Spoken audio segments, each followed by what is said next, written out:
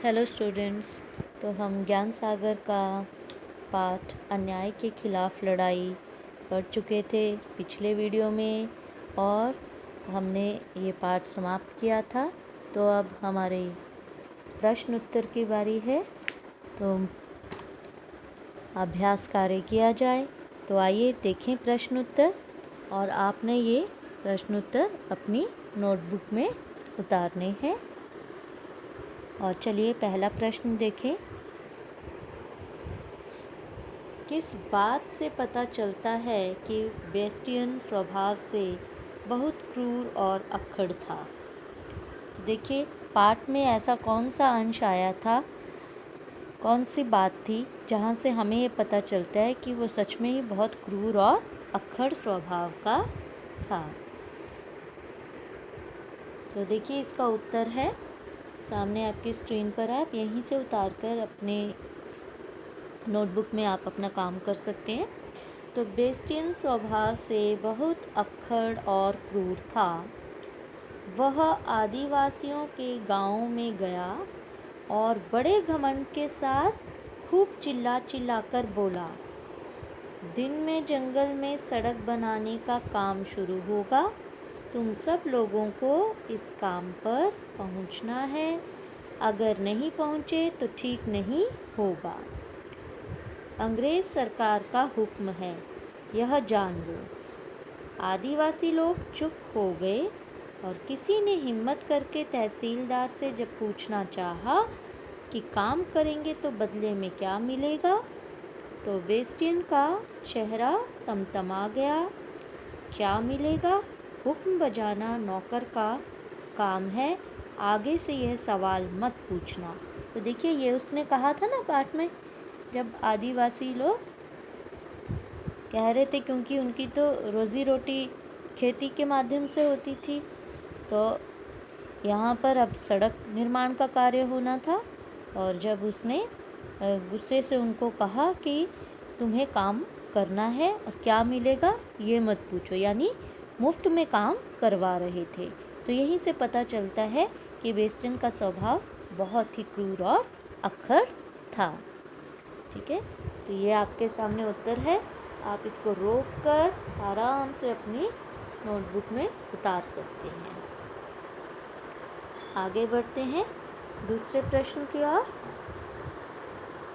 तो दूसरा प्रश्न है, सीताराम राजू का पूरा नाम क्या था? देखिए, ये तो अब पता होगा ना, हमने तो जब पाठ पढ़ रहे थे तभी हमने प्रश्न उत्तर भी हर गद्य में से हम कर रहे थे। तो सीताराम राजू का पूरा नाम क्या था? आदिवासियों से उसका परिचय किस प्रकार हुआ, है ना, कैसे उनसे मिला, कैसे परिचय हुआ? तो उत्तर है, सीताराम राजू का पूरा नाम अल्लूरी सीताराम राजू था। सीताराम राजू ने हाई स्कूल तक पढ़ाई की थी और उसके बाद अगली पढ़ाई छोड़कर 18 वर्ष की उम्र में ही वह साधु बन गया।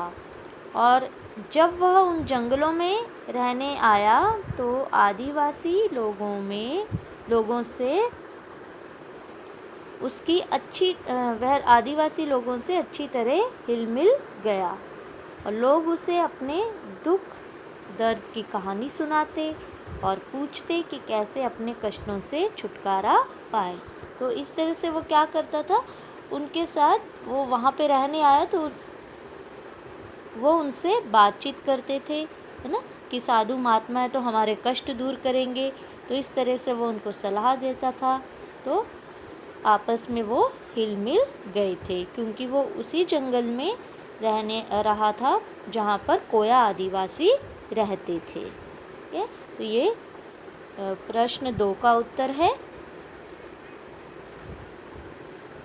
चलिए तीसरे प्रश्न की ओर बढ़ते हैं।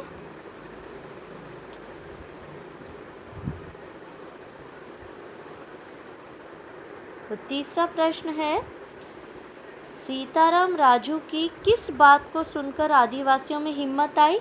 तो देखिए, उसने क्या बात कही थी उनको, उसने बताया था कुछ उनको।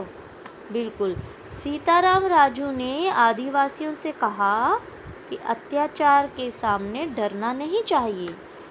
तुम लोगों को काम पर जाने से मना करना चाहिए। उनके अंदर हिम्मत दिला दी ना ये बात कह के कि तुम लोगों को मना करना चाहिए। और सीताराम राजू उनके लिए तो भगवान के समान था। तो उसकी यह बात सुनकर आदिवासियों में हिम्मत आई और सीताराम राजू ने उन्हें गांधी जी के बारे में भी बताते हुए कहा कि गांधी जी का कहना है कि भारत के लोगों को अंग्रेज़ सरकार का सहयोग नहीं करना चाहिए और उनका काम बंद कर देना चाहिए। अगर कोई अंग्रेज़ अन्याय करेगा तो हम अन्याय सहने से इनकार करेंगे। तो ये बात भी उन्होंने बताई कि मशहूर नेता है गांधी जी, तो वो भी अन्याय के खिलाफ लड़ाई लड़ रहे हैं। तो उनका कहना भी ये है कि आप अंग्रेज़ों का साथ ना दें और उनका अन्याय भी सहन ना करें। तो उनके अंदर तो खूब हिम्मत आ गई थी। चलिए, ये था तीसरा प्रश्न का उत्तर।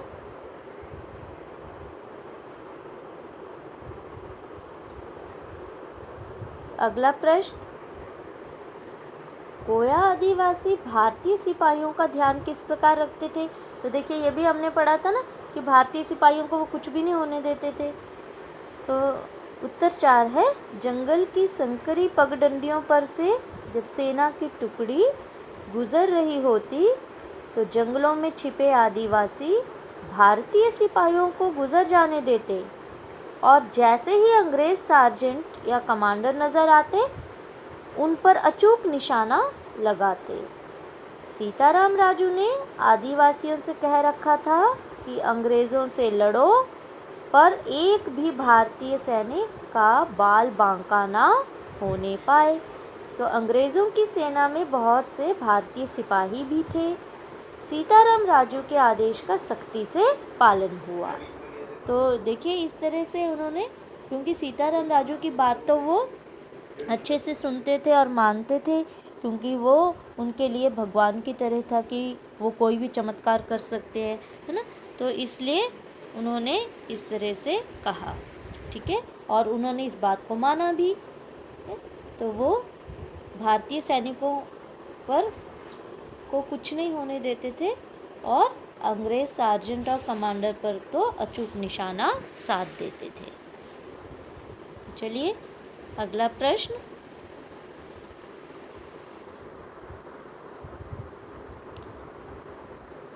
प्रश्न 5 है, सीताराम राजू ने अंग्रेज़ों के सामने समर्पण क्यों किया? क्यों किया था समर्पण? क्योंकि वो दुखी हो गया था। किस चीज़ से दुखी हो गया था? देखिए, ये उत्तर 3 लिखा हुआ, देखिए इसको मैं ठीक कर देती हूँ। ये उत्तर 5 है। चलिए, तो उत्तर 5 देखिए, अंग्रेज़ सरकार ने सोचा कि आदिवासियों को लड़ाई में तो हरा नहीं पाएंगे, और सच में ऐसा ही हो रहा था, नहीं हरा पा रहे थे, और अब इन्हें भूखे रखकर मारना पड़ेगा।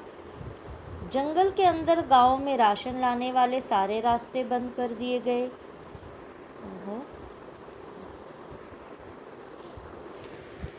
और लोगों की बंदूकों के कारतूस भी खत्म हो गए थे।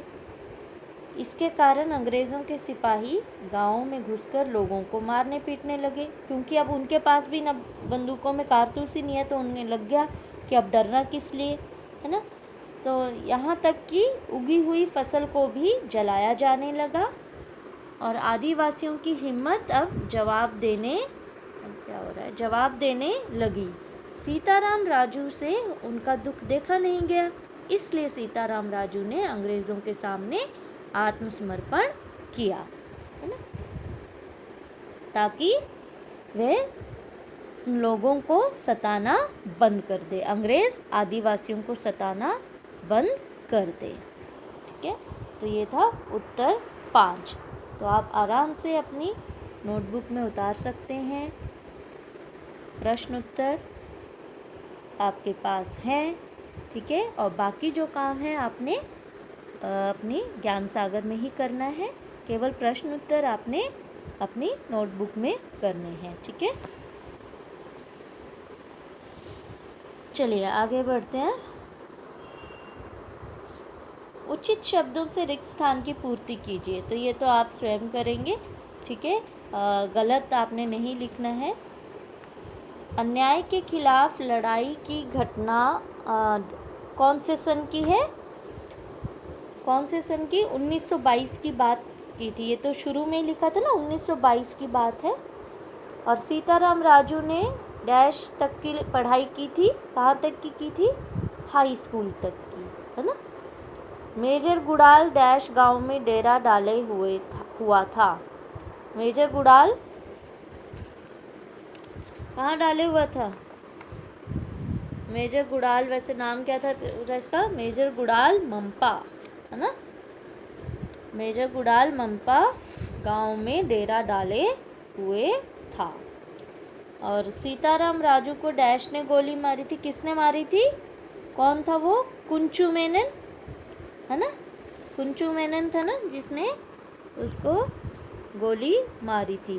और मेजर गुड़ाल मंपा जो था उसके कहने पर उसने गोली मारी थी, है ना।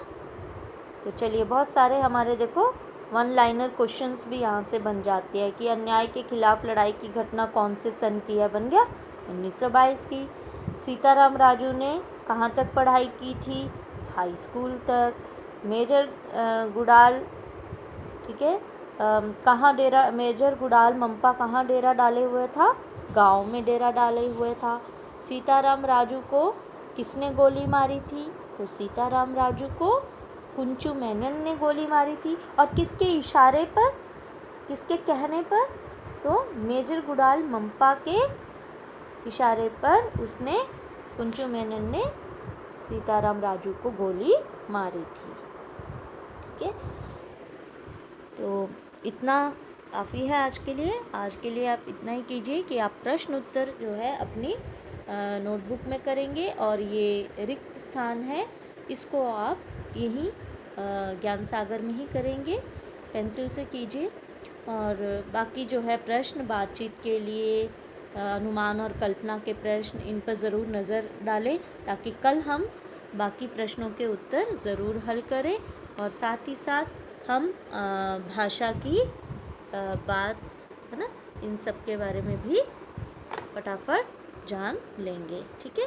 तो आज के लिए इतना ही। कल फिर मिलेंगे अगले वीडियो के साथ। Till then bye and thank you.